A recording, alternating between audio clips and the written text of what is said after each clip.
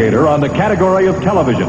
Today, he will try a question worth $8,000 on his climb to a possible $64,000 and beyond on the $128,000 question. And now, here's your host, the star of our show, Alex Trebek.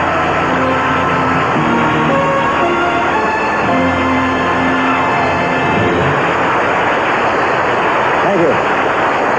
Thank you very much. Hello, ladies and gentlemen, and welcome once again to our program, the $128,000 question. It's always such a great pleasure for us to have you folks looking in and enjoying what we're presenting, and we have many things that I know you're going to enjoy this evening. First of all, our two contestants who are going to start things off, and this is a rarity for our program. Let's bring them out right now. Joining us for the second time on the category of Gilbert and Sullivan is our married couple from New York City who will go for a question worth $128, Morris and Will Thurston. How are you tonight? I got to know you. Morris, let me hold your hand. Oh, sure. Make it an intimate threesome right here. On our last program, I indicated that we had a first going for us on the $128,000 question. This is the first time a couple has competed as a team. Now, the category was in some way responsible for the two of you competing as a team and starting off as a team. In other words, getting married. Can you tell us about that? How did it happen? How did it happen now? Well, when we were very young, Ruth played the piano and sang. And she and her brother used to sing Gilbert and Sullivan operettas. And when I met Ruth, they drafted me as a baritone. We finally got a baritone. And so they got a baritone, and then I started to see Ruth, and that's how it started. Well, Ruth just mentioned how did it start, indicating that it was quite a few years ago. I'm happy to announce that Mr. and Mrs. Hirschson are about to celebrate their 50th wedding anniversary. Is that correct? Okay. Congratulations on that, and good luck to you on our program. Sylvie, would you escort the couple to the podium?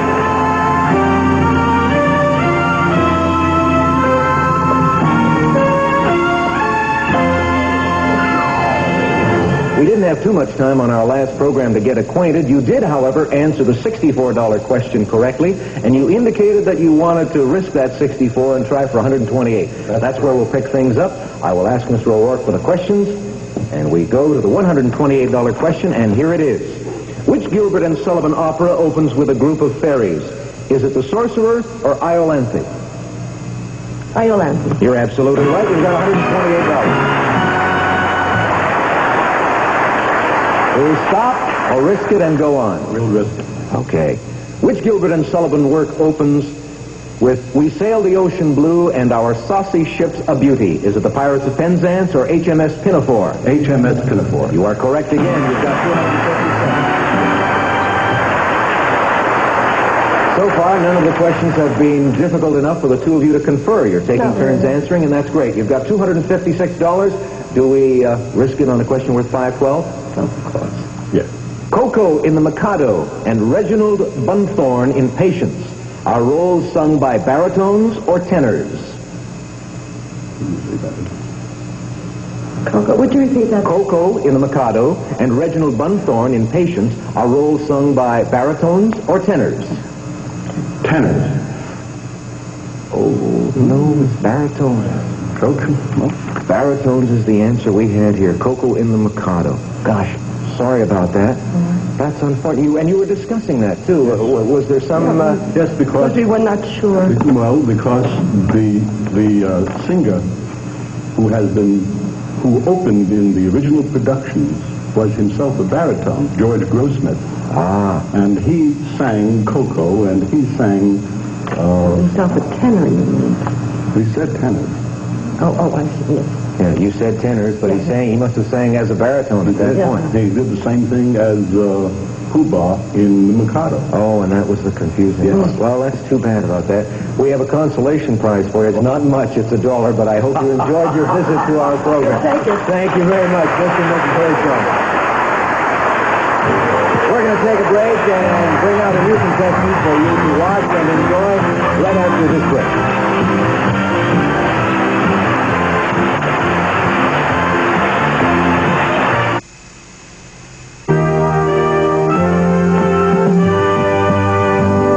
This is Larry Angelo. tomorrow, and on the next edition of Evening Magazine, we'll meet the boss of the Eagles' bomb squad, Vince Capalli, one of the team's most popular players. And I'm Teresa Brown. We'll have part 2 of a special feature about the largest naval ship in the world and take you on a breathtaking flight from the ship's deck. Evening Magazine, tomorrow night at 7 on Channel 3. White meat! I want white meat! What the Martin family needs is a double-breasted chicken. Drumstick! I want a drumstick! The McCoys could use a 4-legged chicken. Swanson gives you fried chicken any way you like it. All white pieces, all dark, or mixed for when the Martins and McCoys get together. White meat! Drumstick! Swanson's secret batter makes it crisp and golden. For chicken like you like it, make sure it's Swanson. Delicious! As you move through time, time steals moisture from your look, freshness from your makeup. That's why you need a moisture fresh look that lasts. Revlon introduces Moisture Release Makeup. New fragrance-free makeup with the moisture you need instantly. For a moisture fresh look that lasts hour after hour to keep your look fresh, soft, unmade up. The Moisture Release Series. Available at John Wanamaker. Some of our contestants received the 1978 Buick Skylark. Is fun to drive as it is comfortable. The Buick, which fits almost everybody's lifestyle. A little science, a little magic. Buick's unmistakable Skylark. And Turtle Wax, the world's largest selling liquid car wax, new improved hard shell formula, cleans, polishes, protects in one easy operation. Turtle Wax with a hard shell finish. Plus, for confident car care, use Kendall Superb All Seasons Motor Oil. Especially engineered for today's driving needs so that you can drive with Kendall confidence. Once again, here's Alex. Thank you, Sandy. Welcome back to the $128,000 question. Hated to see the Hershons miss so early in the game, but that happens occasionally. Our next contestant is a young man who has answered enough questions to qualify for an $8,000 shot. Let's bring him out right now. Now he's joining us for the third time in the category of television is our probation investigator from Philadelphia, who will go for that question with $8,000, Don Ben. Well, how do you feel today? Oh, I feel more relaxed. Okay, Don Ben is a probation officer, as you've just heard, but he told us on your last visit here that you get to watch a lot of television. Do you have any favorite kinds of programs? Dramas, comedies? What is it you enjoy the most? Well, I prefer comedy. Okay, then hopefully, for your sake, the questions at the $8,000 level will have to do with comedy. Sylvie, would you escort Don into the booth, and we'll get the questions.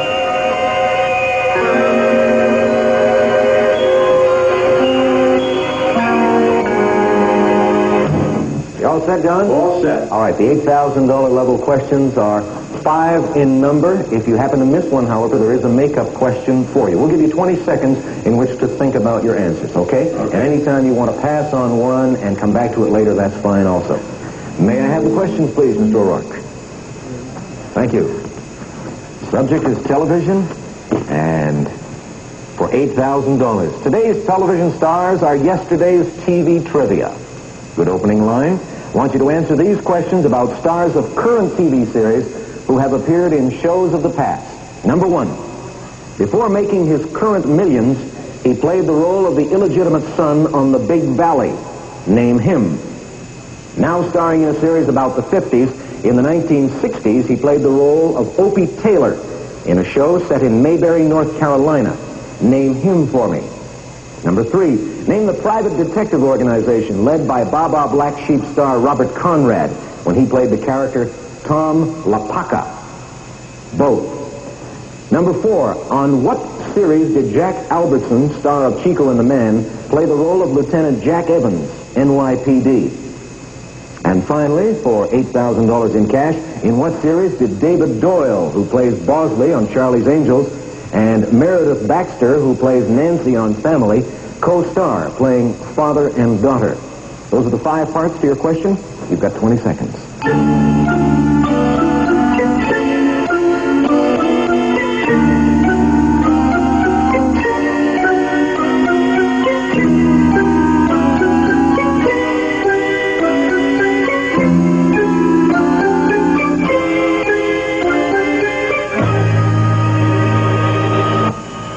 Are you ready, Don? Yeah.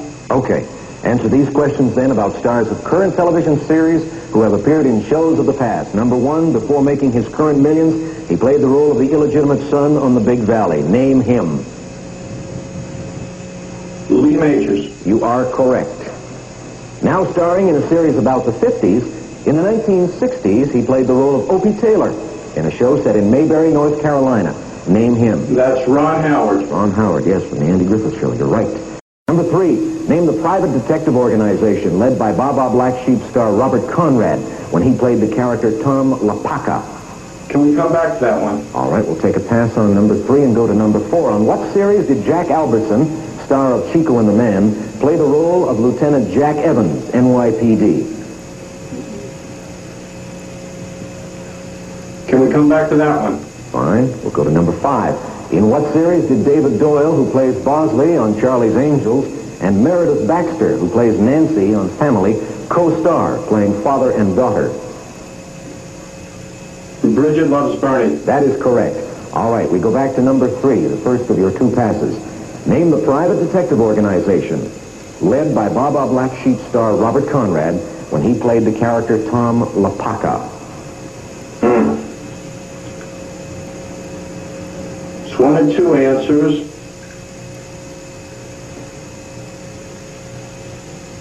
And I'm going to say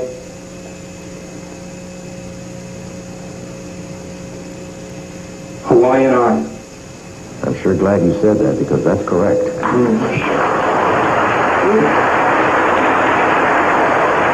Now all you have to do is give me a correct answer to the fourth part of the question, and you've won $8,000 in cash. On what series did Jack Albertson, star of Chico and the Man, play the role of Lieutenant Jack Evans, NYPD?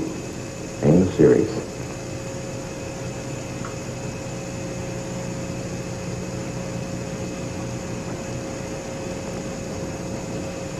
I don't even know that one. Don't know that one? Don't know that one. All right, I'll give you the answer. It's The Thin Man. That's okay. You still got the makeup question. If you give me the right answer to this, you've won the $8,000. Name the co-star of the Mary Tyler Moore Show who starred on Life with Elizabeth and A Date with the Angels. Life with Elizabeth and A Date with the Angels and a co-star on the Mary Tyler Moore Show. Who is it?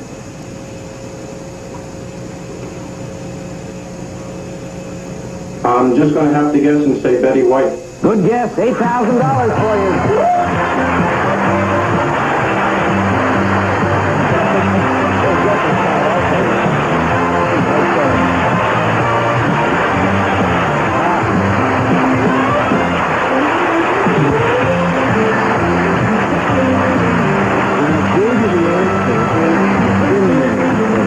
Jack Albertson question. Did you recall the series then? I recall the series with the stars, Peter Lawford and Phyllis Kirk, but Jack Albertson's name just didn't come to me. It didn't come to you, but that's all right because the name of Betty White, even though it was a guess, came to you in that makeup question. You now have $8,000 in cash, and you've got a decision to make, Don.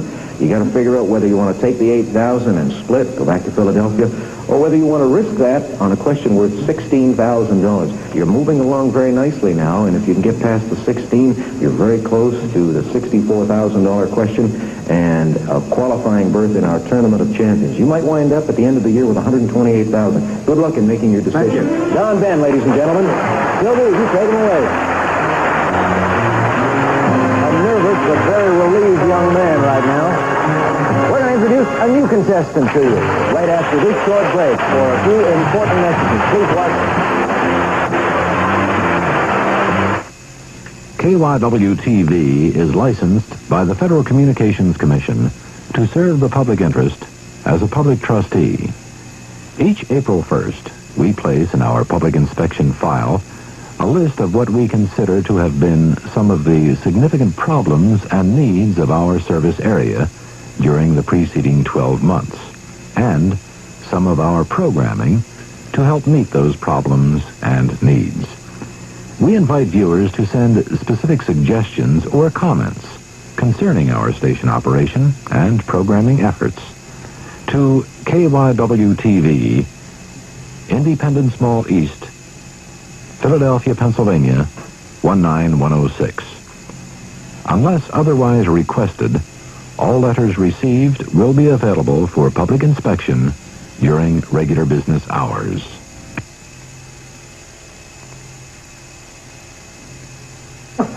The food, the atmosphere, it's all for you, my sweet. Is there anything missing? Genesee cream ale. Waiter, Genesee cream ale. It's not like regular ale. Like beer. No, it isn't like beer either. Well, what is it like, my sweet? It's different. Genesee cream ale is something different. It's like, well, sort of, actually, it's hard to describe. Will they ever reach a decision? Who makes people like Eyewitness News best, Jack Jones or Vince Leonard? Jack Jones covers more territory than anyone else. Oh, what do you mean? Vince Leonard's the Dean of TV. Well, I'd like to see you keep up with the Jones. Oh, yeah? Ladies and gentlemen, could we please take a vote? It's a tie. The debate rages on. Which one makes Eyewitness News number one? The verdict is simple. Jack Jones and Vince Leonard together make Eyewitness News number one. Weeknights on Channel 3. Some of our contestants received the ultimate Buick, the 1978 Electra, embodied in Buick's tradition of luxury, elegance, and prestige. A little science, a little magic, the distinctive Buick Electra. And Buxton genuine leather altogether, clutch and key tainer for her, Bill Fold and key tainer for him. To give together just for yourself, Buxton is the natural. And next body mixed with the best. Canada Dry Mixers enjoy long-lasting combination, smooth taste. Canada Dry Mixers, famous for quality. Back to you, Alex. We have something very similar to a minor military operation going this afternoon in order to get this next contestant to our show. Let's introduce him right now. Joining us for the first time is our manager from Akron, Ohio, John Crutch.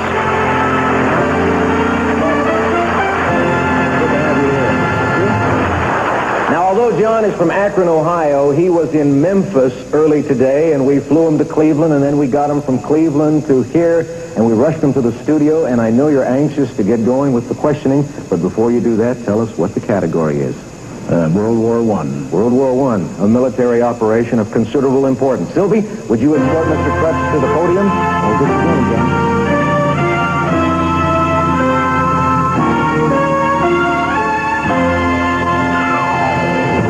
I want to wish you lots of luck, John. We're going to start you off, as you know, with a question worth $64. May I have the pack, please, Mr. O'Rourke? Thank you.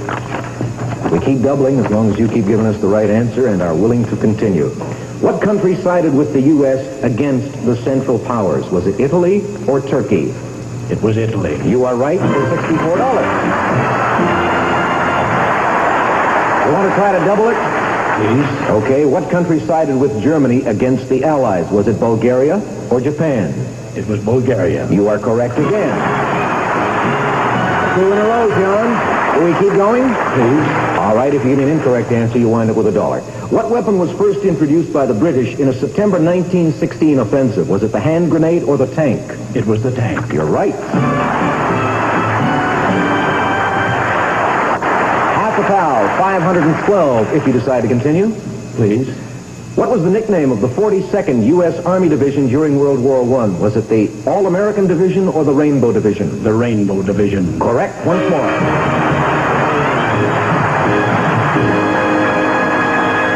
What do we do with the 512? You want to risk it on a question worth $1,000? Please. One part. Name the Tennessee mountaineer who won the Congressional Medal of Honor for his heroic actions of October 8th, 1918. Alvin York. Sergeant York. Yes, indeed. $1,000, John. You got a good roll going. You want to keep it that way? Sir? You want to keep it that way? Please. Keep going? For $2,000, we'll give you some famous quotations from World War I. You tell me who said them. First of all, the heroine whose last words before facing a firing squad were, "Patriotism is not enough." And secondly, the colonel on General Pershing's staff who announced on July 4th, 1917, "Lafayette, we are here." First of all, the heroine. Who was that? Would you repeat the question, please? The heroine whose last words before facing a firing squad were, "Patriotism is not enough." Edith Cavell. You're right. The second one. The colonel on General Pershing's staff who announced on July 4th, 1917, "Lafayette, we are here." Colonel Stanton. You are right again, and you got $2,000. Join me at center stage if you will.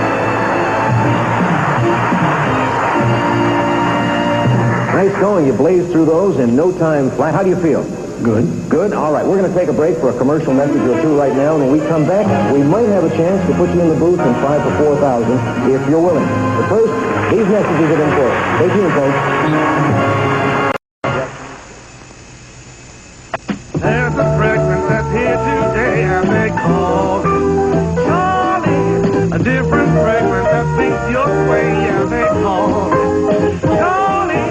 Kinda young, kinda now, Charlie. Kinda free, kinda wow, Charlie. Kinda fragrance that's gonna stay, and it's here now, Charlie. Charlie, available at John Wanamaker. People who own $3,000 minks like this don't kick them around. They're kept on padded hangars, only go to the best places, spend every summer in cold storage, and get replaced every few years. So hundreds of fine quality minks like these end up at Burns & Burns, and we sell them for just a fraction of their original cost. This is what Burns & Burns is all about. Burns & Burns, 1207 Chestnut Street. Make her dreams of a Christmas mink come true at Burns & Burns, Philadelphia and Cherry Hill.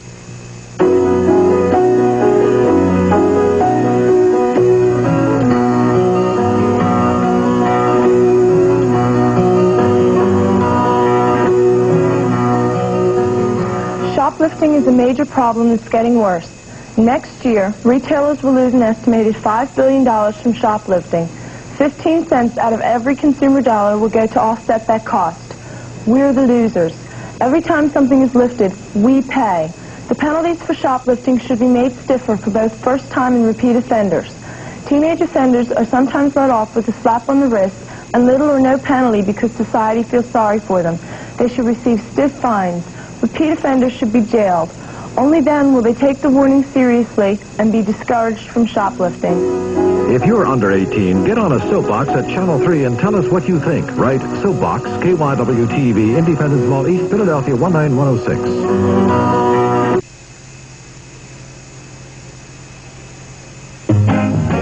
If you feel you qualify as an expert on any subject at all, not just the ones you see on our program, drop us a line. Tell us first your regular occupation, your category as an expert, and send your name and address along with a photograph to Contestants, Post Office Box 1280, Radio City Station, New York, New York, 10019. That's Contestants, Post Office Box 1280, Radio City Station, New York, New York, 1009. Include your phone number and photographs cannot be returned. Some of our contestants receive a True Test waffle baker from True Value hardware stores who combine value and personal service in over 5,000 locations nationwide. Plus Original from Yardley, a famous British fragrance for men. Give him Yardley Original Cologne and Aftershave, furnished by Yardley. And Ruffin, the first really new wall finish in 1,000 years. Now you can create deep textures like a professional with Ruffin. Back to Alex Trebek. Because we're running a little bit tight on time, during that commercial break, I asked Mr. Krutz an important question, and that is, did he want to take the $2,000 and stop now or risk it on a question worth $4,000? Well, his answer, of course, was, let's risk it on the $4,000. That's why he's in our isolation booth now. You comfortable there, John? Yes, sir. All right, you know, of course, that the $4,000 question is in 4 parts. You must give me a correct answer on each part in order to win the prize. Right. And we'll give you 20 seconds, a little more time than before to think about it. May I have the questions, please, Mr. O'Rourke? The subject is World War I. The question is worth $4,000. During the course of the First World War, aerial combat was introduced into the strategy of warfare for the first time. Answer these questions, John, about the famed flying aces of World War I. First of all, what was the minimum number of enemy planes which a pilot had to shoot down in order to be classified as an ace? 2, name the famous German ace who gunned down the British ace, Lano Hawker. 3, name the American ace, a former automobile racer who shot down 44 planes and 4 balloons. And finally, name the French ace who wore a woman's silk stocking for a helmet. Those are the 4 parts to your question. You've got 20 seconds to sit and stand and think about it.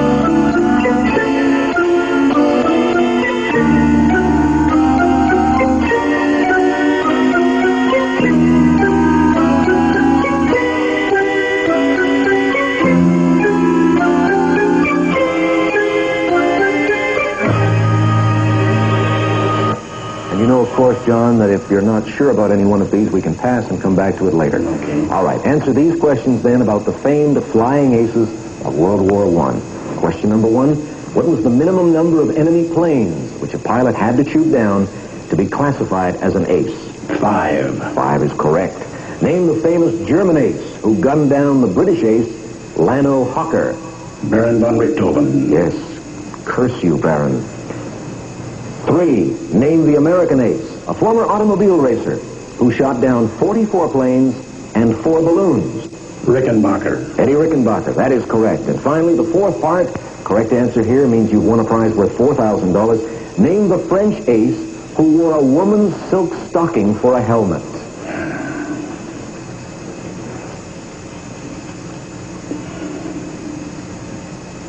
The French ace wore a woman's silk stocking for a helmet. I'm going to have to say Ganymedes. Oh, no. Jean Navarre. Jean Navarre. Jean Navarre. Gosh, sorry about that, John. Come out of there. Gave it a good shot, though. Let's give him some applause. Oh, hard luck. Come down here. How do you spell that last man's name?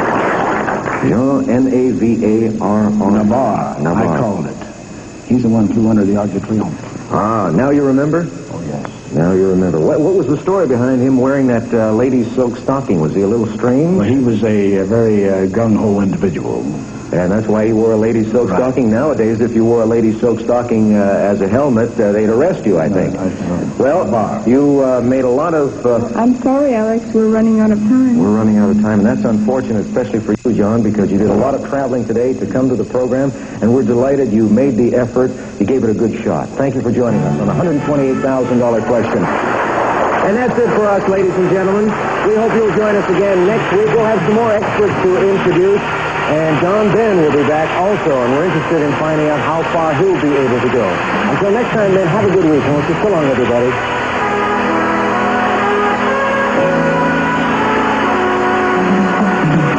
Some of our contestants receive Sue Bee Spun Cream Honey, the soft, spreadable honey in the reusable plastic table server. Sue Bee Spun Cream Honey, the delicious pure honey spread. And Wintuck hand knitting yarns of DuPont Orlon. Feels like wool, but it's unshrinkable. That's why they call Wintuck the shade keeper. And take your change the Tootsie way. Tootsie Pop Drops, Tootsie Pops, and Tootsie Rolls in new style candy jars. And Jiffy Pop Popcorn. The family fun treat pops in its own pan with no mess. Always fresh, hot, and delicious. And soothing medicated relief for coughs and dry irritated throat. For cough drops, you can't top a drop from Vicks. Promotional consideration furnished by Hotel Toronto, a Western International hotel featuring Trader Vicks, an indoor-outdoor pool, and a host of amenities to ensure a pleasant stay.